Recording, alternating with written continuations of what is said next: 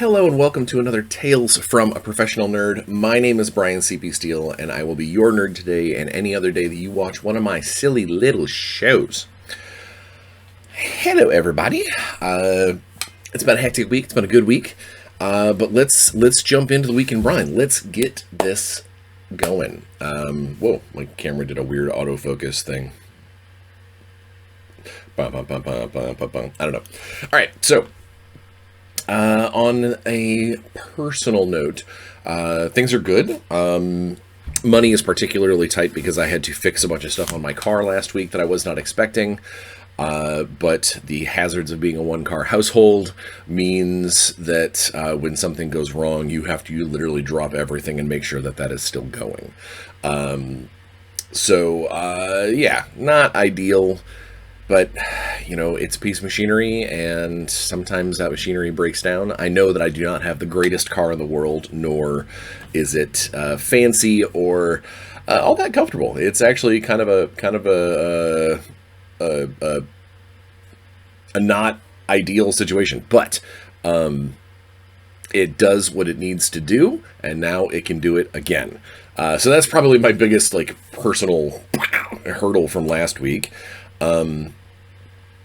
Hobby-wise, I have been hobbying again. So I put together all of my... So if you look right over here, boop, none of them are primed or painted yet, but they're all assembled. I got all of my Bakemono for Bushido all put together.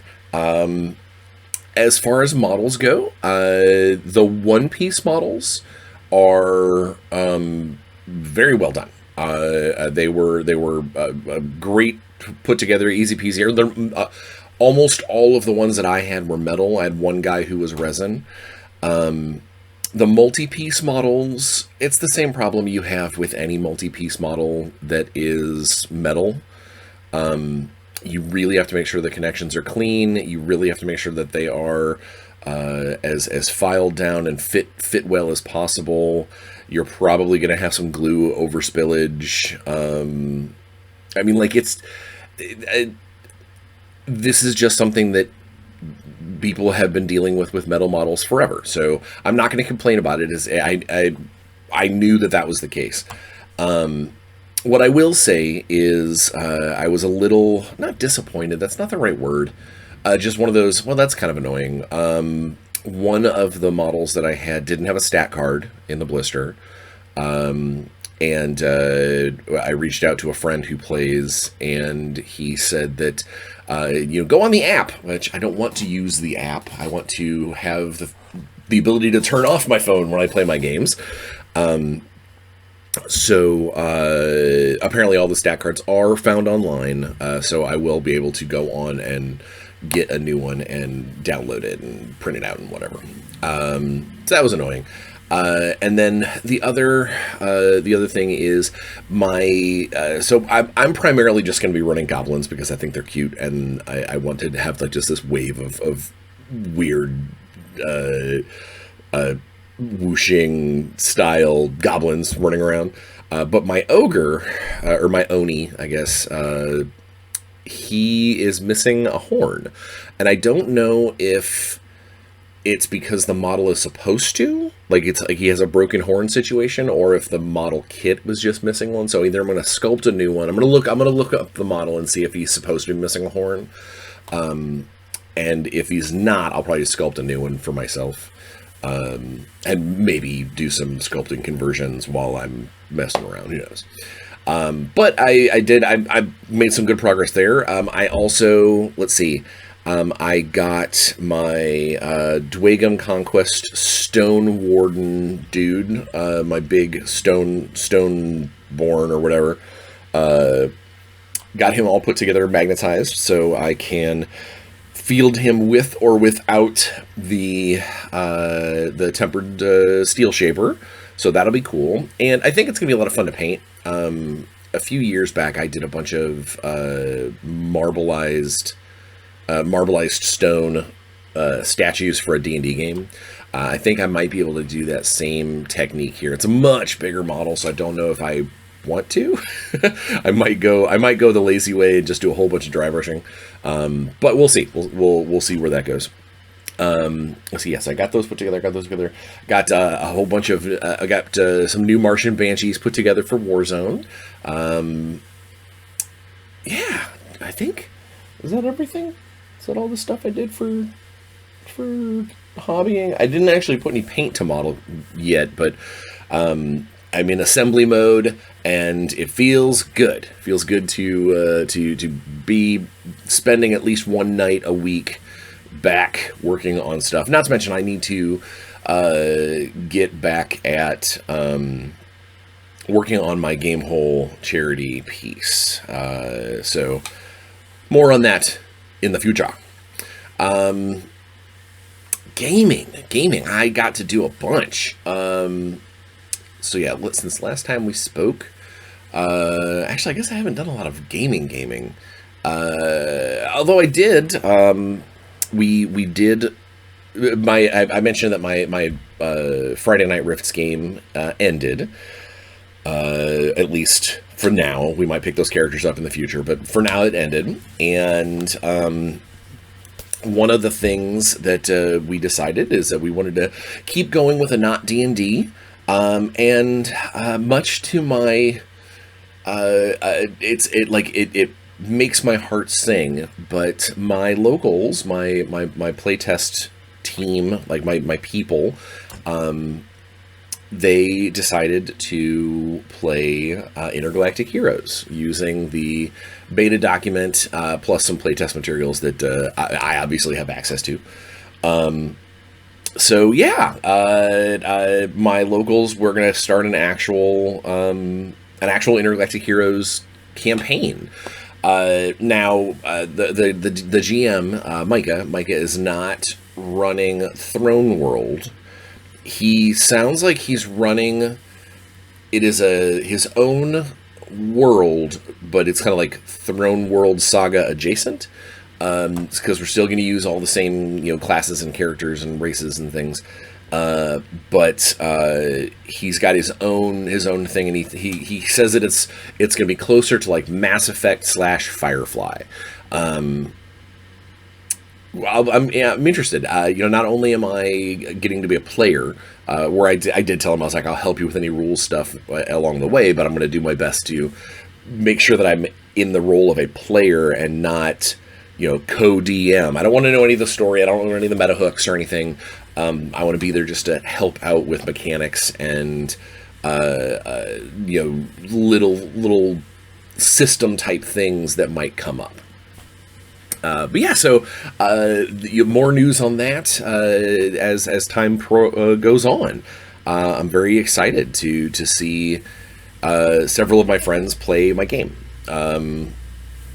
There's something to be said for playtesting a mechanic or playtesting a species or something like that, and then actually playing a full campaign. It's two different things. And when my friends playtest for me, I feel like, oh, that's fun. They're helping me out. When my friends actually play a game that I have created, and not for any particular reason other than we want to do something fun, it's exhilarating. It's flattering. It's an absolute instant shot of serotonin to the brain. So, yeah, I'm just, I'm very excited to see, one of my friends has already started working on his character concepts, and he's been, blowing my phone up all week, basically being like, hey, how about this? What about this? Is this something that we can do? I can't find this in the rules. It's so awesome to see someone who I am so close to, doing the gamer thing with something that I created. There's not very many other comparable feelings, maybe, I don't know, but either way, it's awesome. Very excited about that. Work-wise, it's been great. It's been a great week. I wrapped up on a couple of projects that were kind of deadlines sort of looming post Adepticon, GaryCon, and Gamma. I'm very excited that they are done. Not just because they're done, but it has given me a little more breathing room. I don't feel like, oh my God, I'm behind the eight ball on a bunch of things. I mean, there's a bunch of stuff that I'm still working on. I still have my Shadowrun novels that I need to work on. I'm still doing Evil Genius stuff every day. Warzone is constant, and in fact, we'll actually get to that here in a second. But it is. It's nice to be able to tick a box and say, all right, cool, you're done. I have achieved you. Even if I have to go back and fix stuff, or even if I have to go back and do like more drafting, or even if that inspires more work to come out of where we already are, that all of that is sidelined by the fact that I had a thing I needed to get done and it is done. That feeling of completion is awesome, and I got to do that twice last week. So I'm very I don't want to say relaxed, because I'm never relaxed. I'm very pleased with the fact that I don't feel like there is something that, oh God, I have to get done right now. Because as a freelance, as a game industry designer and creator, you never really stop having that feeling that there's something else you could be working on. There's something else that you could be getting done and putting in the queue for someone else. There's, I definitely still have other things that I need to be working on. I still have Morningstar stuff. I still have Gygax Inc. stuff. I still have, Shadowrun, and, I'll always have Warzone and Evil Genius stuff. There's always these things that are in the queue, but I don't feel like anything is late right now. I don't feel like I'm behind on anything. And that's a good feeling. So kudos to... hell yeah, kudos to myself for getting that stuff done. It was like 3 14-hour days in a row in the studio, but still, I got it completed, I got it done, I got it out the door, and that is what is important. Other work-related things. Last week I did, I was a remote panelist at, I'm going to forget the anagram. Marla?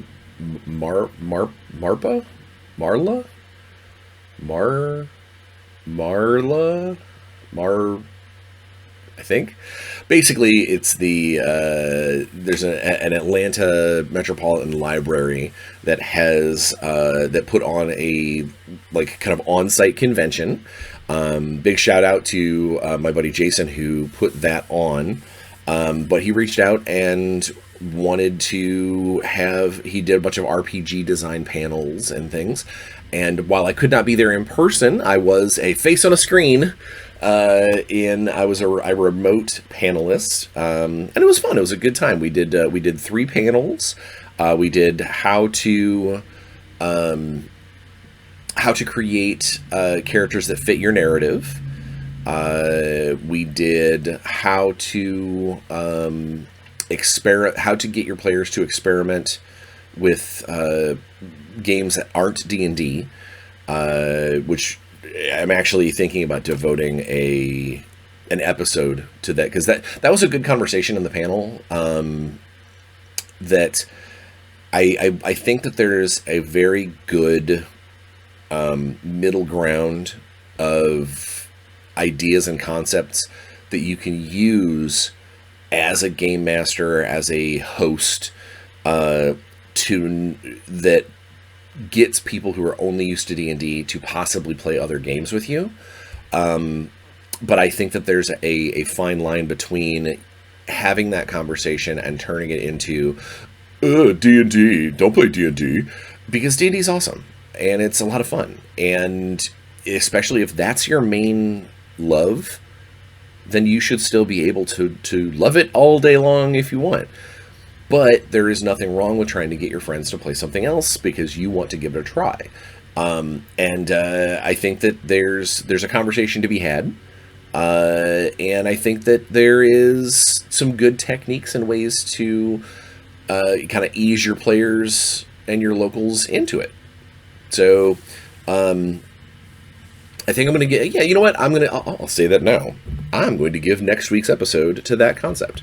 We'll come up with some ways to talk about kind of how to get people to play games that aren't necessarily D&D. And I say that, but I also mean Pathfinder and, Tales of the Valiant, and basically the games that are they're D&D but with a different label. We'll talk more about that. That's not today's topic, so we're not gonna do that. The last panel was basically creating believable worlds and how to craft worlds. Now, one of the things that I will say about the panels is, as the only person on a screen, it's very hard to pick up on other people's body language. It is very hard to do that visual cue of, hey, I'd like to talk. And so I did need the moderator to kind of step in every once in a while to be like, hey, let's hear from Bryan. So that was an obstacle. Beyond that, the other thing that I did notice is we had a bit of a hard time not turning it into, hey, let me tell you about my character. Hey, let me tell you about this thing that I did once. And maybe I've been spoiled with some of the panels and things that I've been on because of the way that the speakers interact, and it wasn't, I don't know, like, again, no shade to my fellow panelists and things. I did feel like there were some instances where it was, hey, let me tell you about my story.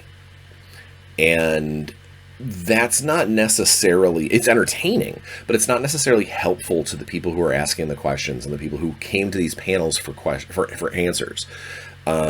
So I do hope that some of them are now watching, and some of them can ask questions in the comments and start some dialogue to solve the issues that they may have been having that perhaps our conversations as panelists did not necessarily inform. So again, wasn't a drawback. It was a fun time. We had a great time. And I would definitely do it again in a heartbeat. I just think that there may have been better ways to deliver the information than we utilized. If that makes any sense. I don't know. Maybe it doesn't. All right, then one last thing before we get into the actual topic of today. So my partner over at Resnova for Warzone, Alex put out a Kickstarter announcement to talk about fulfillment and where we're at with getting things out to the rest of the world. And I actually received a message last night from a retailer asking, hey, when are U.S. retailers going to start getting stuff? I have people asking for things. So obviously Warzone's doing well, despite it not being completely fulfilled just yet. But Alex is still pushing forward. He's making it happen. But also part of that update that he put out is that he announced that our Eternals champion winner, our Eternal champion, Zach Grogan, went ahead and did make his choice as to what unit we are going to be adding to Warzone Eternal, basically that gets to bump all the queues to get put into the design process immediately. And Zach chose the Nasal. And the Nasal is a Dark Legion kind of super elite, like an elite officer that was found in the Dark Eden sourcebook. It never received a model. It barely received any lore. It has one piece of art. And it effectively is a model that leads an officer that leads other officers, or potentially can lead some other elite forces as well. And Alex we had a great meeting where he and I sat down and talked about what we want to do with this, how we want to figure it, how we want to work him into the story, how do we want to work his new art concepting. We want it to obviously look like the old one, but similar to everything else we've done, bring it into today's aesthetic, clean it up a little bit, make it fit a little more in a more of like a family of miniatures rather than just a bunch of little one-off guys because the designer said I liked this. So and then there's also the thing of the art. He is carrying a weapon that does not exist, and whoever designed the original stats for him in Dark Eden didn't pay attention to the art because they gave him a completely different gun. We've got a lot of cool groundwork to work with. I already have some preliminary stats and playtest stuff ready to go to get the ball rolling and get that make that happen. And speaking of the Eternal Champions, so here's the trophy with our first plate on it. Dun, dun, dun, dun, dun, dun, dun, dun. So the 2025 plate with Zach Grogan and Nick Howell representing Algaroth and Cybertronic directly. The 2025 plate has been engraved and placed onto our tournament trophy. So the goal, of course, is that next year there will be another one right over here with 2 other names. Potentially the same names. Potentially one name that's different. Potentially 2 new wonderful warriors that come to Adepticon and smash their way to the top. We'll see. It'll also have different, different or same. It will have their factions listed, so we'll be able to watch as the nameplates get added, like the Stanley Cup going around the sides. We will find out. We get to see a pattern, see if names appear multiple times, see if factions appear multiple times. I'm excited, obviously. Which brings us perfectly to today's topic, and that is tournament etiquette. So, first, let me take a sip. So, first and foremost, there are different types of tournaments. There are tournaments that will run with the concept that your sportsmanship score, or that there is no soft scores. There are no painting. There are no sportsmanship. And those tend to be tournaments that are a little more competitive, a little more cutthroat, a little more whack, WAAC, win at all costs. And I hate those tournaments. I will straight up say, if there's no incentive for players to be nice to each other and build a player community despite competing for something, for some prize work or whatever, it brings out the worst in players. And I don't like it. I hate it. In fact, I would rather play pickup games that mean nothing than go to a big fancy tournament where they don't pay attention to the fact that being a good player should be just as important as being a good player. Skilled player, good player, nice player. You know what I meant. You know what I meant. There are tournaments that have sportsmanship scores built directly in to, when you battle somebody, you get all your various tournament scoring, and then there's a rate your opponent 1 through 10 or something along those lines. I'm not a huge fan of that if that rating happens directly in the middle of the game or directly after the game, because it leads to people who maybe had a particularly rough game, or their opponent was really, really good, or they just are feeling, maybe they're having a bad day and all of their games, made them fussy, so they want to give everybody ones, And I've been to certain tournaments where you score everybody 1 to 10, each time you play them, and that player who's like, if I score them all ones, I'm closer to winning. Again, I hate gaming the system, which is why I think sportsmanship, while extremely important, should not necessarily be part of how the tournament is won, but it should definitely be applied to some kind of awesome prize. And in my opinion, I think that the sportsmanship prize should be equal to, if not close to, something along the lines as the second place. Because it's real easy to go into a tournament and just get slaughtered and just get beaten.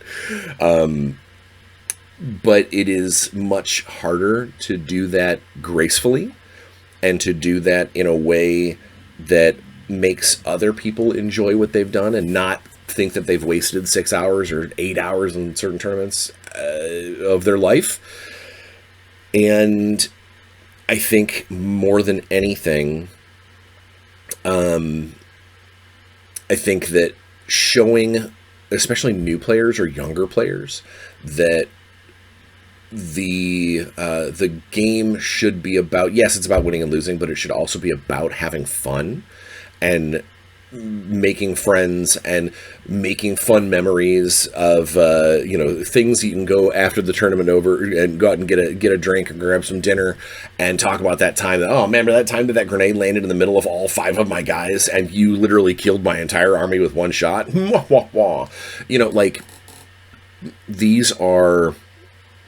are the moments that people should be able to have. They should be able to build those at a tournament and not constantly be nail biting. Are we running out of time? Are we? Am I going to win? Am I going to win? Like, I think that there are too many tournament scenarios that end up revealing the stressful nature of competition. And that's why I wanted to take today to basically talk about player etiquette at tournaments. And of course, there's no hard and fast rule. There's nothing that says you must shake your opponent's hand before you play. Be sure never to eat at the table. There's nothing like that unless your tournament organizer obviously has those rules. But there is a certain level of decorum, and I think that is super important to have a fun tournament experience. And to have a good tournament experience is to play to the best of your ability, but don't necessarily be a jerk about it. If you're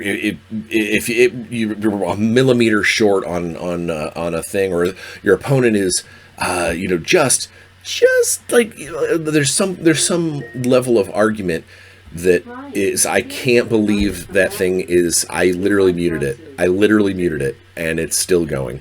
Bryan, here's your reminder from Natalie. Your wife loves you. I just need to unplug it is what it comes down to. I apologize, everyone. My room robot just started talking to me. Again, muting it does nothing. This is AI, folks. It's just the robots they just do what they want. All right, where was I going? Oh, yeah. So basically, if there's a rules question, unless it is just a blatant, like this person is just using the rules wrong, you can have an educational moment, but don't turn it into an I told you so. Don't turn it into a condescending, well, actually, have a conversation. Point out that, oh, hey,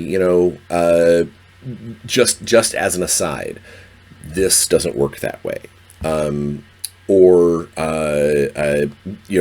How long have you been playing? Oh, yeah, okay, we've played a bunch of times.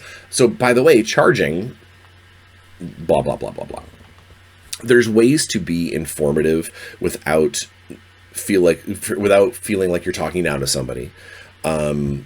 There's ways to take your losses with with dignity. If a game is going really bad, sometimes you just have to laugh. You just have to throw your hands in the air and be like, you know what? Wow, I am getting steamrolled.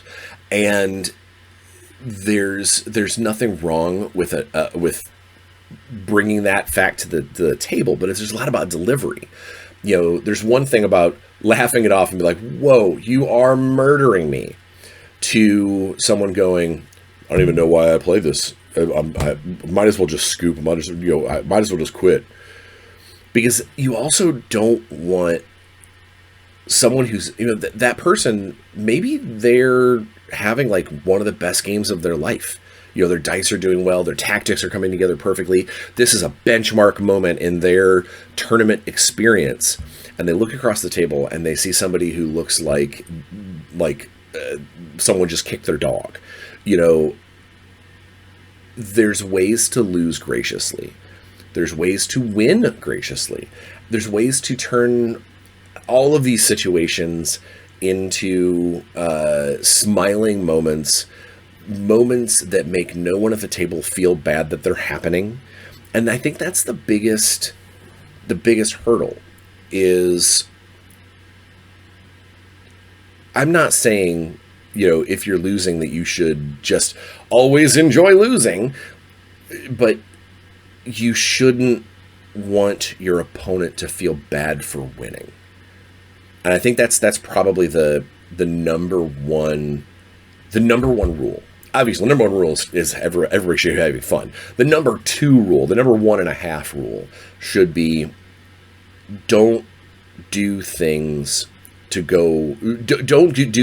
knowingly make your opponent have a poor time. Whether they're winning or whether they're losing, is you don't want them to feel bad for the game that they're playing. Because that's all that's going to do, is it's going to cause them to walk away from that table unhappy about the pairing, unhappy about you as a player. They're going to, I guarantee that if they feel that you've been a jerk at the table, they're going to go tell their friends. They're going to go and say, yeah, that one dude who had that one spammy list that I played in the first round. They're going to label you for all of the rest of your tournament play, with at least within their little circle, is that guy who does that thing. If there are sportsmanship scores involved, they're probably going to tank you on them. So I mentioned different sportsmanship methods, and one of the ways that the way we do it at Warzone Eternal is, at the end of, when you turn in your last round, you get a slip of paper that basically has, in a 3-round game, it will have a first, second, and third. In fact, actually, in any round game, it will have a first, second, and third. You basically assign a gold, silver, and bronze medal to your 3 players that you played against.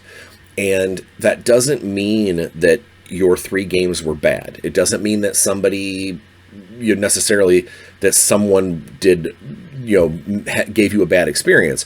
Just like in the Olympics, if there were 3 people competing, there will be 3 people on that podium, gold, silver, and bronze.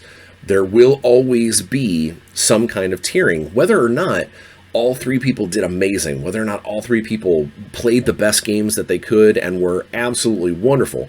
It might be hard for you to decide who's gold, silver, and bronze, but everybody's going to have those assignments. And then each one of those gold, silvers, and bronze are worth a certain number of sportsmanship points that get added up together by the TO at the end, and then ranked in as far as their sportsmanship goes. And then ties go to the person who actually had the lowest tournament score. And the reason for that is it's not just let's give a bonus to the person who had a bad day. It's just because logically, it is harder to be a good sport, to put on that smiling face, to be a gold medal winning sportsmanship scorer when you're getting beat, when you're losing your games. That's just a fact. So if you play your 3 games, and let's say that you're the best sport in the world, everybody loves what you've done, and all 3 of your opponents gave you the gold because you were just an amazing person. That means you'd have 15 sportsmanship points. And then anybody else who would have 15 sportsmanship points, the judge would then go in and compare their actual tournament points / victory points to break the tie. And whoever would have the lowest would end up being the one that actually wins the best sportsmanship award at that time. It doesn't mean that someone who gets 3 sportsmanship points was a bad player. It doesn't mean that they were difficult to play against, or did something, had a bad habit at the table, or something like that. It doesn't necessarily mean that either. It just means that they their players didn't find them to be the gold or silver medal winner as far as the sportsmanship goes. I prefer a sportsmanship system like that because it's not necessarily punitive. It's just you're not getting as cool of a reward as you could have, and I think that that's probably better, in my opinion. Also, having a separate sportsmanship score can point players out that are maybe not the greatest general. Like, they're not the greatest of players tactically, but they are tons of fun to play against, and it's a great experience. And that's the kind of thing that we want to foster in a community, is those players that when you see them at a tournament, you don't go, oh, God, I hope I don't get paired with them. It's the opposite. Man, I can't wait to play that guy. I can't wait to play her. She's fantastic. That's what I mean by tournament etiquette. Also, there's each individual game has its own individual rules that are kind of abusable. Games that you can pre-measure. So I'm going to tell you a little story real quick. I know I just literally talked about that and how in the panels it's not about stories, but I'm going to tell you about a tournament that I ran in a game store in Ohio 15 years ago, 20 years ago. No, not that long. 18 years ago. For the Babylon 5 Starship game called A Call to Arms. And in A Call to Arms, you could measure distances at any time. Which is, most war games have gone that direction. There are still a few out there that you have to guess measure and you could come up short and that kind of stuff. But for the most part, it's you can measure at any time in most war games these days. It's a pretty common thing. Or if things like BattleTech and whatnot, you're on a hex map, so you can just count them out. Well, A Call to Arms was a you could measure at any time, and it was not you could measure all distances, but it was you could measure your ship's ranges and things. And so one of the things that a player did, and it was easily one of the most obnoxious table mannerisms that I've ever seen, but it will stick with me forever. And in future miniature games, I have thought about including clauses that specifically go against this, and you'll see what I mean. So A Call to Arms was a game very much about, one ship moves, back and forth, and you would set up you would try to set up situations where your opponent would move into the range of your weapons and all that. And this player would take little glass beads, little counters, and measure out just how far the ranges of his opponent's guns plus their movement. Like, he would basically make the entire map into this just field of circles made with little glass beads, and they were all of the possible variations of his opponent's things they could do. And not only did it slow gameplay down excruciatingly, but it made it so unfun for his opponent, because rather than a player playing his own models, the the player was playing his opponent's models for them, basically going, well, this is what doing the Sherlock Holmes. Here are the number of possibilities that could happen, and he would map them all out on the map. And when called on it, when someone was like, dude, you can't do that, he did the thing that makes me, it is one of my least favorite phrases of all time. And it was, well, this is perfectly legal to do. Nowhere in the rules does it say that I can't. And that's going to bring up my two things as a game designer that will set my jaw and make you my enemy. I say that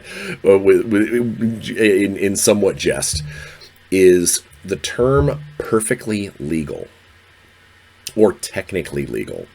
Those two terms are never used ever to justify something that is okay. I want you to take a second to think about that. Anytime that you go, well, this tactic, this strategy, this combo, this whatever, it's perfectly legal. You're saying that, you're voicing that, because you're trying to make the other people around you who play this game accept what you did as okay, because the rules didn't tell you that you couldn't. Which brings me to my other thing. Rule sets do not tell you what you cannot do. Rule sets explain and direct you to what you can do. Laws tell you what you cannot do. Games don't have laws, games have rules. And when someone comes to the table, whether it's a role-playing game or a card game or a minis game, and they say, well, the rules don't say that I can't do this. And quid pro quo, if I can do this and this and this, then obviously, because the rules say that I don't say that I can't. The rules also don't say that you don't punch your opponent, steal their models, and run outside. The rules also don't say that, when rolling the dice, I can roll one in one hand and set the number down on the other. Haha, I rolled a d20 and there's my result. It's absolutely asinine to try and find a rules loophole. Rules combos and things that might not have been anticipated, that's one thing. Flaws in the rules happens all the time. But finding things that aren't described in the rules and then saying, well, because it doesn't tell me that I can't, obviously I can, therefore quid pro quo. That is so gamey and so gaming the system. It's not even gaming the system. It's finding ways to make your opponent be okay with your bad behavior and trying to explain it to someone in a way that makes them go, okay, I see what you mean. That's not okay. Ever. And a tournament, when that kind of stuff happens, I guarantee your player, the player sitting across from you, is going to immediately go, oh, God, great. This guy's going to do this thing. And it is going to put a bad taste in someone's mouth. Or, alternatively, it's going to show something to a new player and put that seed in their head that says, oh, if this guy can do it, I can do it too. And it's a fast way of poisoning your player base. When you find that one tournament combo, that one this plus this equals win, doing it in a one-off game, all right, yeah, I found that cheesy combo, that's fine. Doing it in a tournament, if you're there to win and you're like, this is something that's going to get me the win every time, it's understandable. People want to win tournaments. I would never tell somebody to play less than their ability. But just know that when you do that, the player community, the player base, especially with today's social media attachment in games and tournaments and things, you are telling the world how to do it too. And if you feel like that combo, that technique, that strategy or whatever is, I feel dirty for doing this. Well, the next time that you play, there's probably going to be other people doing that same dirty trick to other players, possibly to you. So you need to think it over. Is it worth trying to pull this loophole? Is it worth trying to do this dirty trick? Is it worth trying to play something that's perfectly legal in order to just win a couple of games, knowing that you're pouring the poison in the well? And now either the game designers and the people in charge need to modify and change and alter in order to avoid the whatever situation you've created. Or in some cases, in some games that we know, just throw their hands up in the air and go, you know what? If everything's broken, nothing's broken. And so their design motif then leans hard into that combo and trickery and dirty play style, and it changes the game completely. Or you get that brand new player who's maybe never played. He's played a couple of games, and his first game is against this person who this does this dirty trick, and then the new player goes, "Wait, is that legal? Can you do that?" And the guy goes, "Well, the rules is written perfectly legal." Shmer, shmer, shmer. They're going to take that back, and they're going to think that that's how you play the game all the time, and it doesn't do the community any favors. It turns people into the gossip chain will start talking about how at that tournament they uncovered that this unit, man, it's so broken. And then now maybe that's like your favorite model. It's the one that you put 30 hours worth of paint into. You bring it to the next tournament because you love it, and everybody looks at it and goes, "Oh, you're that player."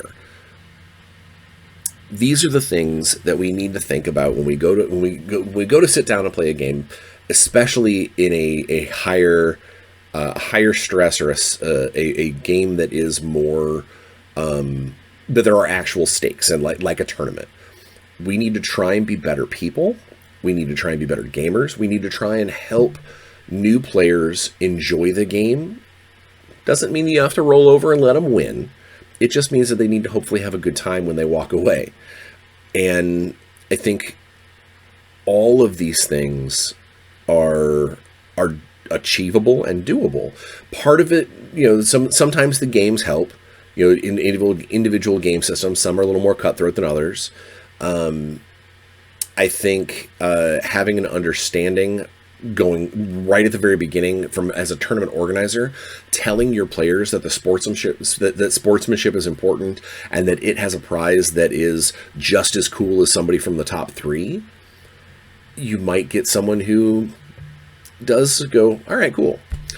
And I think that there's there's definitely something about if you're having a bad day, maybe something outside of the tournament, something outside of the game or whatever is, health reasons, or you're having some family troubles, or maybe your phone won't stop blowing up because a bill collector keeps calling you.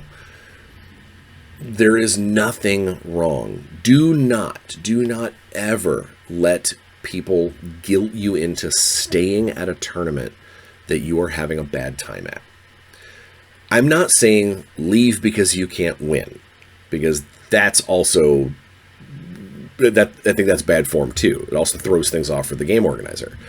But if you know that your first game is just it was excruciating, it was bad, maybe you're having a rough day, and you know that your next 2 games are going to be just as unhappy, and you're just by being there, you're going to be bringing down the presence of others.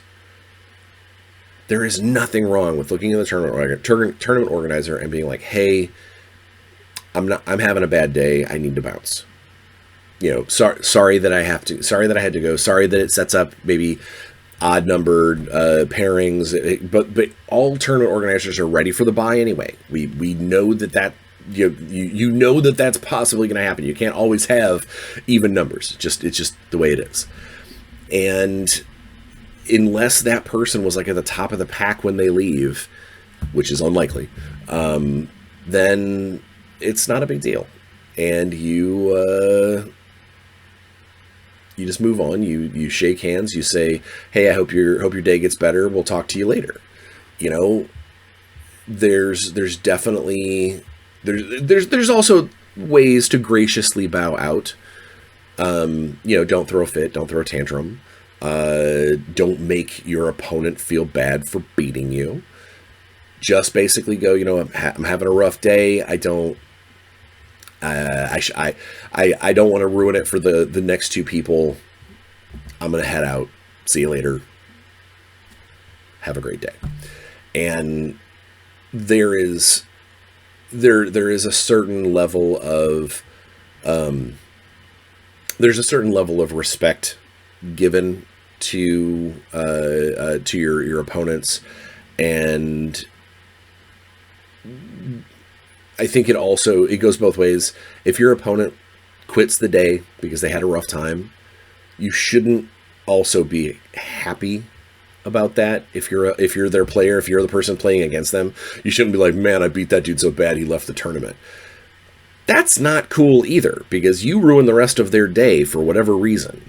And these are all just things that can really kind of lend to people saying, yeah, the number of players that I've heard say, "Yeah, I don't play in tournaments. It brings out the worst in people." We should always be trying to not be those tournaments. We should always be trying to not be the player that raises that flag about the tournament system.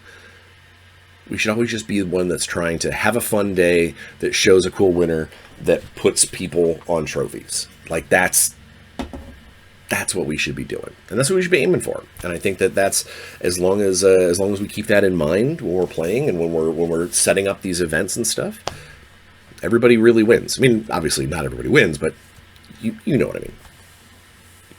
All right, I've harped on this enough. Next week we'll talk about some role-playing game stuff, and until then, you know, be safe, get your shots, wash your hands, wear a mask in places that you have to. If you see something, say something. Just you know, things are rough out there. Please, let's be good to each other, and try and leave every room a little happier than when you got there, and maybe we'll get through all this. Until next week, please, please, please go, be safe, have fun, play some games, because you know I'm gonna. Bye, guys.